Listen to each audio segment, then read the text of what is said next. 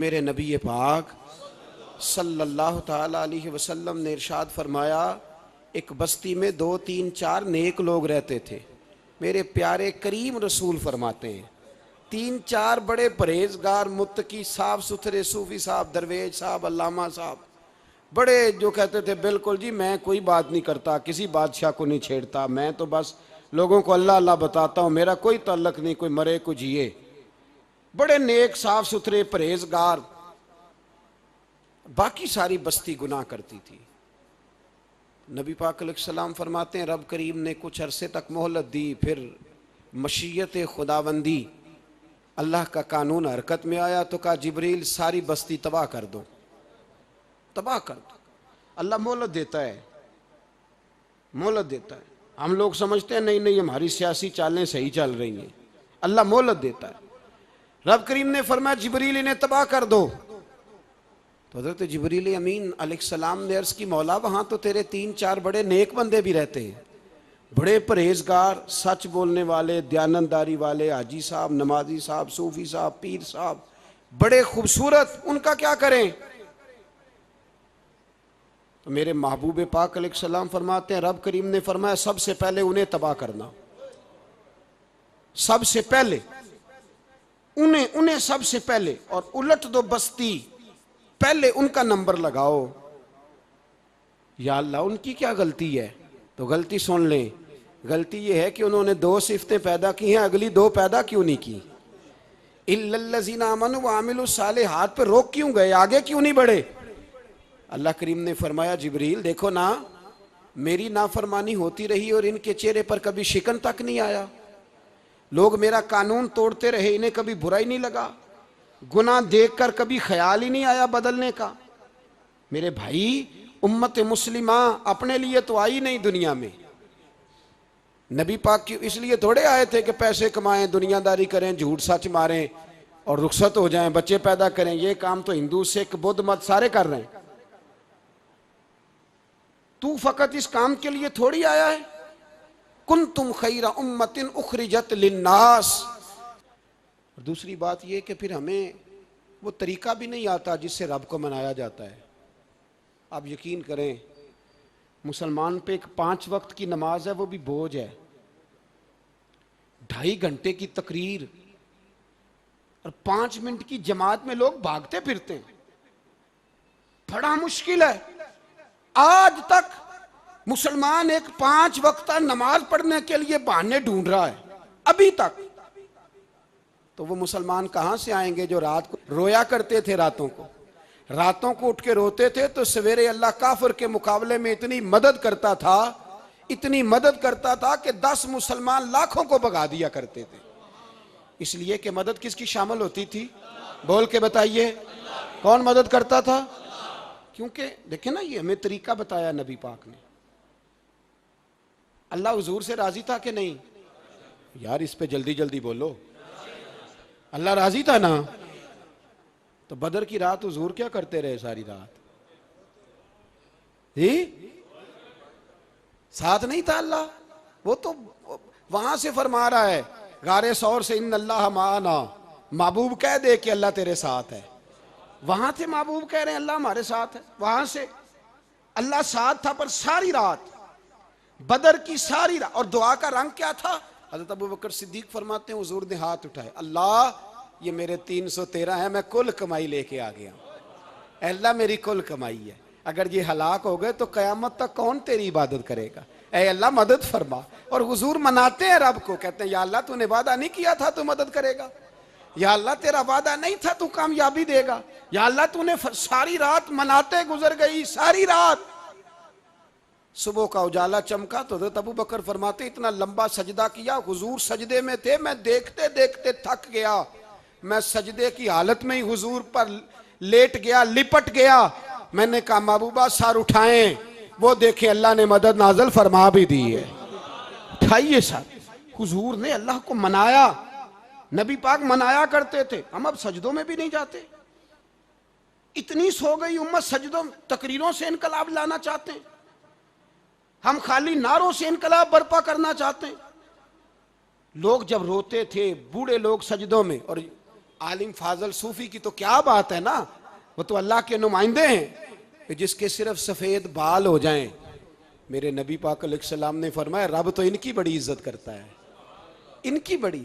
और मेरे नबी पाक ने फरमाया गुनाहगार मोमिन भी जब दुआ के लिए हाथ उठाता है तो अल्लाह फरमाता है फरिश्तों इसे खाली ना लौटाना, मुझे शर्म आती है से खाली। पर तू उठाता ही नहीं, तू उसे मनाता ही नहीं, तू कभी लिपटा ही नहीं, तूने कभी कहा ही नहीं कि या अल्लाह आ मैं तुझे ले जाऊं हजरत साद बिन नबी वकास के पास। कादसिया की जंग हो रही थी, काफर बुला रहा था आओ अगर कोई है तो आओ, आओ मुकाबले में। हजरत साद बिन नबी वकास ने घोड़े दौड़ा दिए, दश्त तो दश्त हैं सहरा भी न छोड़े हमने, बहरे जुल्मात में दौड़ा दिए घोड़े हमने। हजरत साद बिन नबी वकास ने घोड़े दौड़ाए, आगे दरिया आ गया, कोई पुल नहीं कोई शय नहीं। इस्लाम की इज्जत का सवाल है। हजरत साद बिन नबी वकास ने हाथ उठाए और कहा अल्लाह अगर तू मूसा की नाफरमान कौम को रास्ता दे सकता है तो तू हमारे दिलों को जानता है, हम तो अपने रसूल के फरमाबरदार गुलाम है। आना मेहरबानी कर कि अगर तूने दिले मुस्लिम की दिल जोई नहीं तो हमें ताना देंगे बुत के मुस्लिम का खुदा कोई नहीं। कहा अल्लाह मेहरबानी फरमा, अगर तू हजरत वैज फरकना बिकुमुल बहरा फान जईनाकुम व अगरकना आला फिरौन, अगर तू हजरत मूसा की कौम के लिए दरिया फाड़ सकता है तो हम तो नबी पाक के गुलाम है। सहाबा कहते हैं जनाब साद ने दुआ मांगी तो दरिया ने रास्ता अता फरमा दिया। यार तू दुआ भी नहीं मांगता। हुजूर ने फरमाया दुआ सलाहुल मोमिन, दुआ मोमिन का हथियार है, तूने ये भी छोड़ दिया है। अब तू बस बातें करके तबसरे करके टीवी देख के अपनी राय कायम करके कमेंट्स करके सो जाता है, ये भी सोता खुश्क हो गया, तू दुआ तक नहीं मांगता। फरमाते हैं दुआ मांगी तो दरिया ने रास्ता दिया, और जब उस किनारे निकले तो हजरत साद कहने लगे किसी की कोई शय तो नहीं रह गई दरिया में, कोई चीज तो नहीं रह गई। एक सहाबी कहने लगे प्याला रह गया है। तो हजरत साद फरमाने लगे ओ दरिया हमारा प्याला वापस नहीं कर देता। तो कहते हैं एक लहर आई तो प्याला भी बाहर फेंक गई। ओ भाई हम उसी रसूल का कलमा पढ़ते हैं जिनका हजरत साद बिन नबी वकास ने कलमा पढ़ा था। और किसी जगह मेरे नबी पाक ने नहीं फरमाया अल्लाह से सहाबी की सुनेगा बाद में आने वालों की नहीं सुनेगा, किसी जगह नहीं कहा। पर तू कशकोले दुआ भी नहीं उठाता, मुसीबत में भी अब याद खुदा हमको नहीं आती, दुआ मुंह से ना निकली जेबों से अर्जियां निकली, तू ये काम भी नहीं करता। मेरा दिल करता था चलो और कुछ ना हो मस्जिदों में इज्तिमाई दुआ ही हो जाए, पर उस तरफ भी तवज्जो नहीं। वहां भी कहते हैं मौलवी साहब जल्दी करो घर जाना है, इतनी लंबी दुआ, और कमेंट्स कर रहे हैं लोग, कहते हैं आप अपने घर की सोचें। मेरे भाई दुआ, सलाहुद्दीन अय्यूबी फलस्तीन की जंग लड़ रहे थे, खबर आई कि ईसाइयों का एक बहरी बेड़ा बहरी जहाज असला लेके आ रहा है, नेज़े हैं तलवारें हैं तीर हैं। सलाहुद्दीन एक बुजुर्ग थे, उनसे मिले तो कहने लगे बाबा जी आप भी दुआ करो।